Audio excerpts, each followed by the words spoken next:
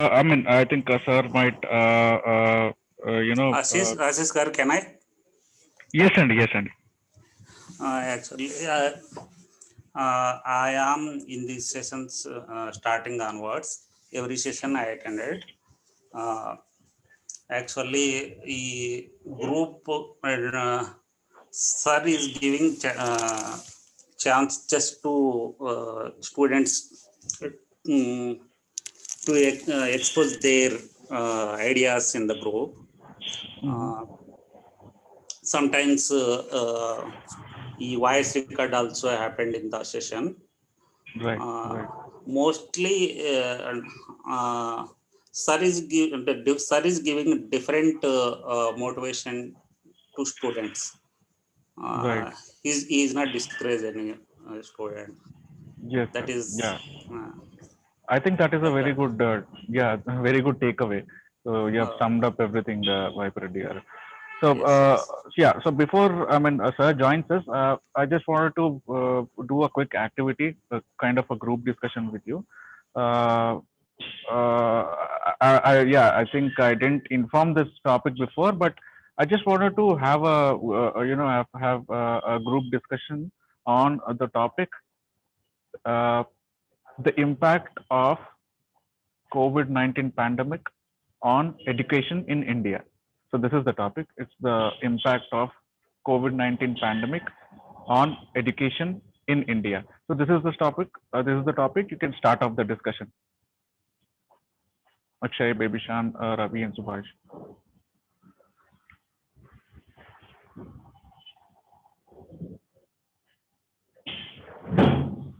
No one is willing to start the topic. Yeah, good evening, everyone. Mm-hmm. As we have seen from it is we have completed nearly 12, 11 months since from the pandemic. We are in the pandemic. Mm-hmm. We started in the March of 2020. Now Mm-hmm. it is Jan. We are going to complete Jan. I mean, the impact of COVID-19 on education is like, I mean, many of them, like the academic year has been ended earlier. In whole India, the academic is going to start from June to, and it will be March. Mm-hmm. So we can say from June to March, 2 more months remain to complete the academic year. The Mm-hmm. whole academic year has been lost. The Mm-hmm. impact has been the main impact is for the graduates. Those are have been appeared for the exams, and now they are presently there. It is more 1 year. They are waiting for their certificates, and the postgraduates, and those are selected for the rallies as well as any recruitment drive. All has been resumed. All has been possible due to this pandemic, and it has been more 1 year. So it is so that has shown a great impact. Thank you.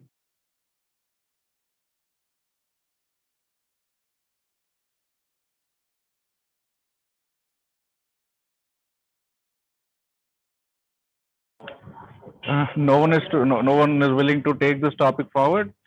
Trust me, you don't get this much of time while you're speaking in the actual SSB GD round. People will be rushing on you.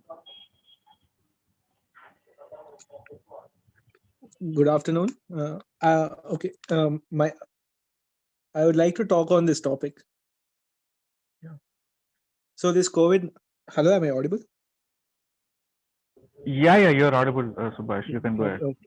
Yeah. So this COVID-19 has affected each and every person in many ways, but everyone understood that the reality which they are facing before the COVID has happened is not permanent and it is susceptible to change.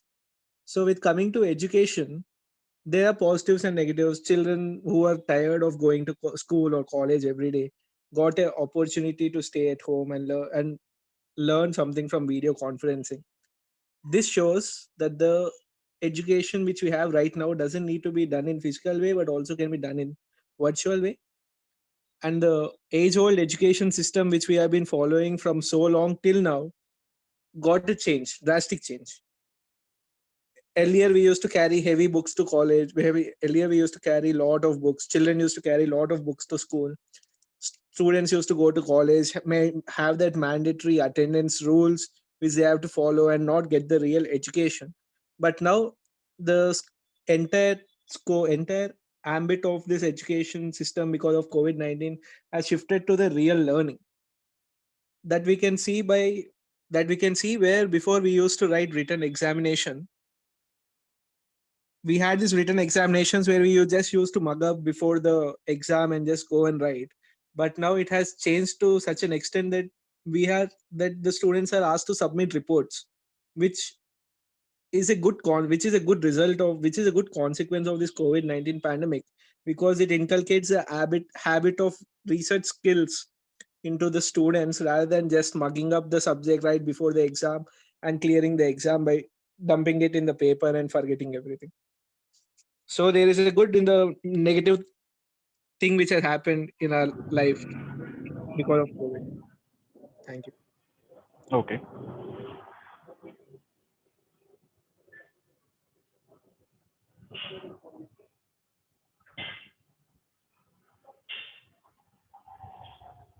As my friend told, it has positive points, and also it is having like, I don't say negative, but we had disadvantages, like if you see government schools, they don't have equipment, and internet problem has been there. So we should solve this before going fully online. It is not, even people has faced problem because of digital literacy we don't have in villages. So this is also one problem. So we have to solve this one. And also, uh, like small children, they can't sit for long time. So that can also be considered. I think one more thing is, like, I would like to tell is, remotely they have been sitting and learning, but group study and physical attachment will be decreased.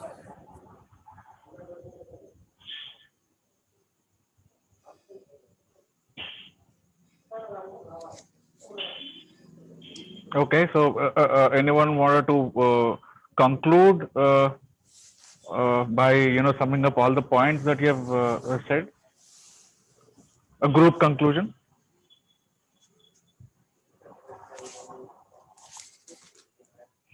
COVID-19 had given big holidays to children. Actually, I am saying elementary school children mainly.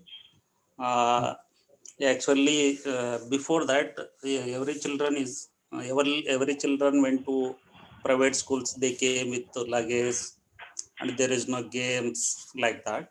Now they are fulfilled their and except studies. Okay. Visible, Aziz Garu? Yes, sir. Yes. You thought about Just baby Shan madam told already, digital literacy is big problem in villages mainly. And also students reckless also here. They are I am in the village. I am seeing a lot of students and high school students, college students are here. They are putting their mobiles are there. They are not listening their lectures, classes like that. They are playing other games like that. My feeling, physical in present situation, instead of these online classes like that, direct classes helps.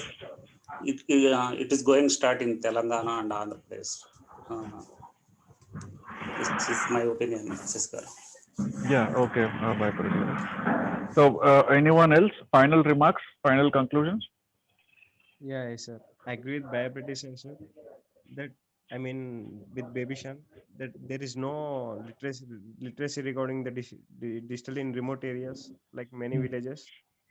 The main thing is that the children are getting diverted from study itself because it is more than a year gap that the children have got. So they have diverted from the studies, and many of them were enjoying their days in this the pandemic. They doesn't know what the pandemic it means. But even as an example, if I mean many of them will not study well even in the regular physical appearance classes, sir. Then I think then no use of digital classes. I mean, when coming to the primary section, primary level, no use of digital classes. They can't learn anything. They used to play. They were not interested to listen the classes. When coming to the upper class, they had matured. They have somewhat maturity, so they can gain somewhat knowledge. That's it, sir. Okay. Okay. So, is this the group conclusion? The conclusion for the discussion? Or anyone else have any points to add? Here are Anush and Rachit also, Ashish Garu. Yeah, Just now yeah. they. So, yeah, okay. So, Anush and Rakshit, so we are discussing a topic. It's a group discussion topic. So, we have been discussing it for the past 10 to 15 minutes. It is the impact of COVID-19 on education in India. So, we have got some good points. So, if you can also add your views to that, we can just conclude this. Anush and Yes, Rakshit. sir. Good evening, everyone.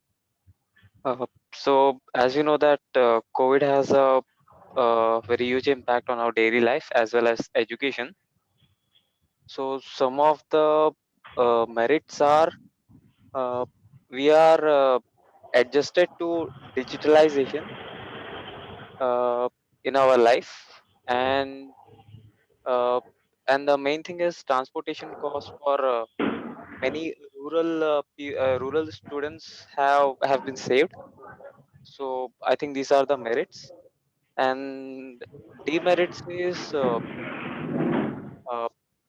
there is a postpone in all examinations or all education activities. So I think that is a big loss for the students. Thank you. Good evening, everyone. As we all know that COVID-19 has very huge impact on our everyone's life, especially on students who are pursuing their studies, whether they are in college or school. So it has drastically changed the education system, means the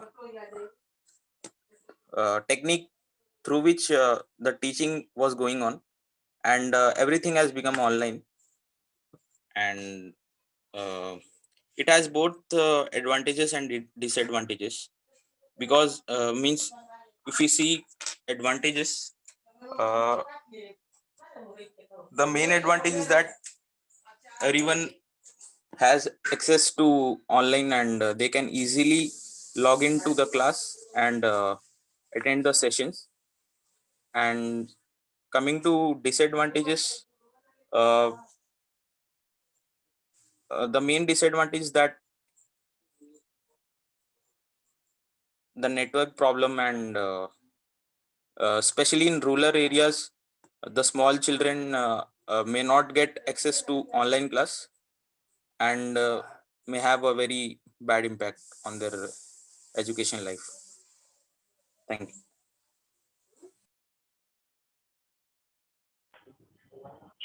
Okay, so anyone wanted to properly conclude the whole discussion?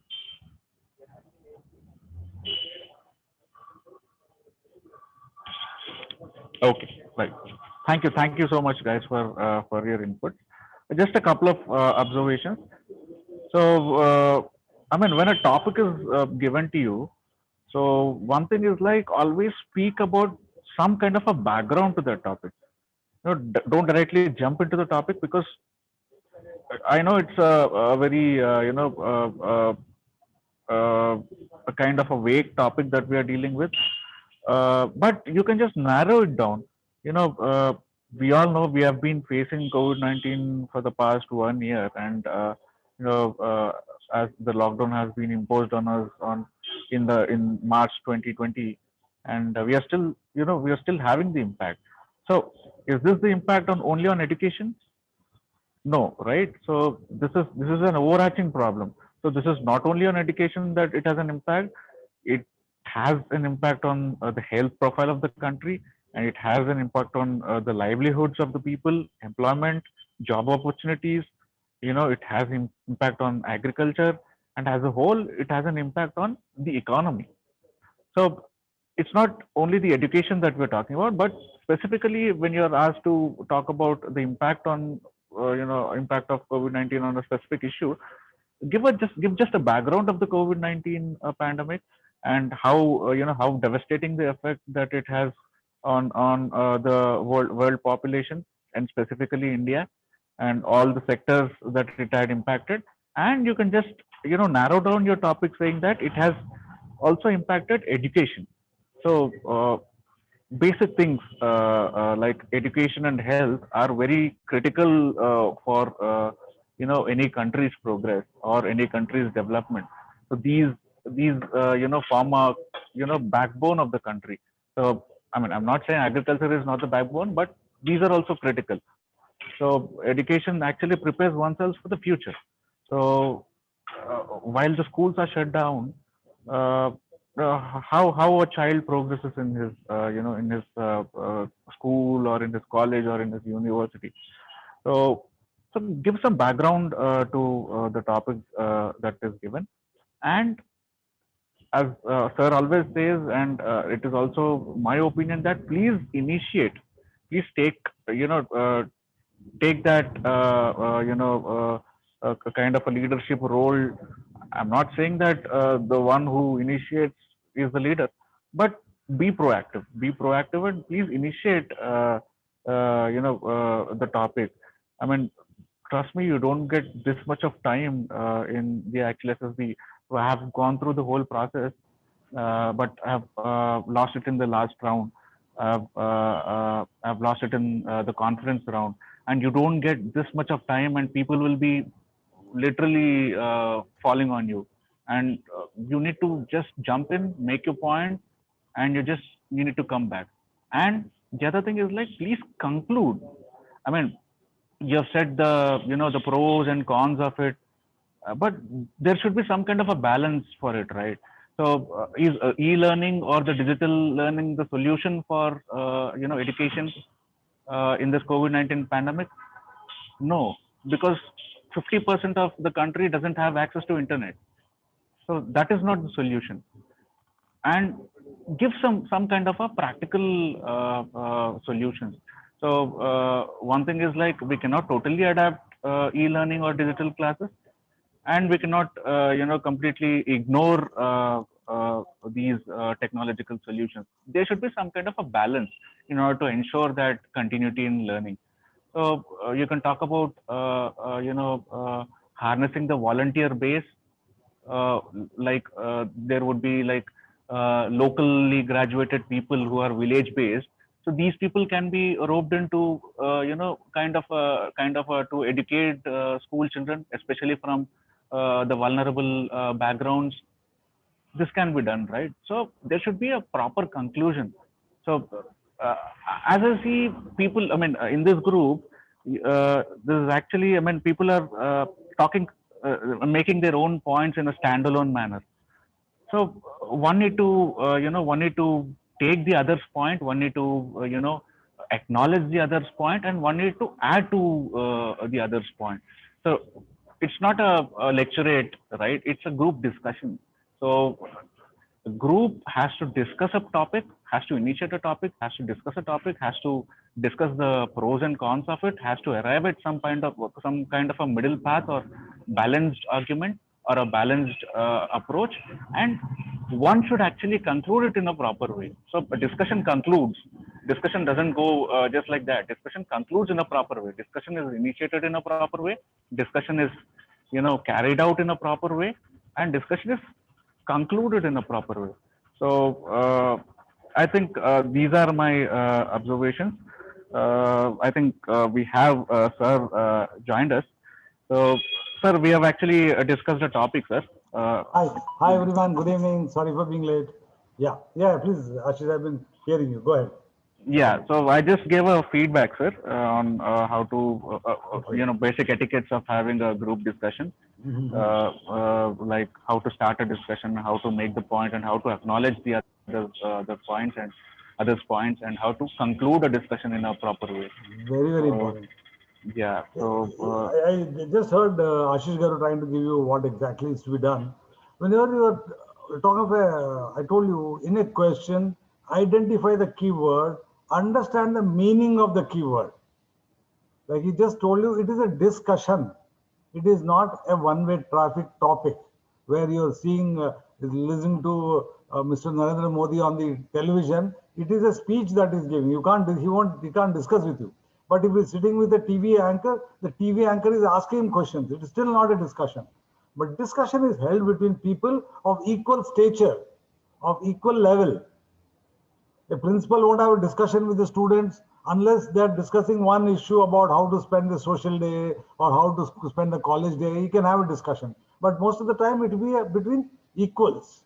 So you guys are equals. And like you said, discussion means two things. One is to put across your point, like you very rightly said. Second is to counter or support the other's point. You either say, yes, I agree with that point, or you say, no, I don't agree with that guy is very talking nonsense. Tell as to why he's talking nonsense. Don't say that he's talking nonsense just for the sake of saying it, but you tell him as to why do you think he's not making sense. And you have to give your own point, right? So